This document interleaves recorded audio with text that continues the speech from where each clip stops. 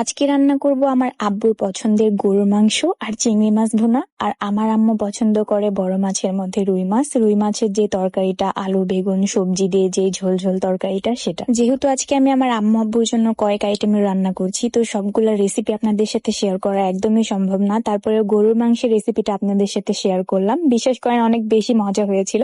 আমার নিজের গরুর মাংস রান্না ছাড়া, বিশেষ করে আর আমার আম্মুর গরুর মাংস রান্না ছাড়া আমার কারোর গরুর মাংস রান্না মজা লাগে না। তো আমি গরুর মাংস রান্নার ক্লিপস কিন্তু অ্যাড করে দিয়েছি, সবাই দেখে আসলে বুঝতে পারবেন যে আমি কি কি অ্যাড করেছি মাংস রান্নাতে। তো আমি ভয়েসে কিন্তু বললাম না। পাবনা থেকে ভোর 4:30টার বাসে আব্বু আম্মু উঠেছিল। তো আমাদের বাসায় পৌঁছাইতে আব্বু আম্মুর রাত 8টা থেকে 9টা বেজে যায়। টোটালি 15 থেকে 16 ঘন্টা লেগে যায়। ঢাকার জ্যামে পড়েছিল, যার জন্য এত লেট হয়ে গিয়েছিল।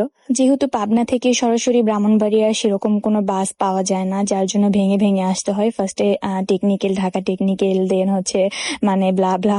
আমিও ওইভাবে বলতে পারবো না, কারণ আমি একা একা বাহিরে কোথাও কখনো যাইনি।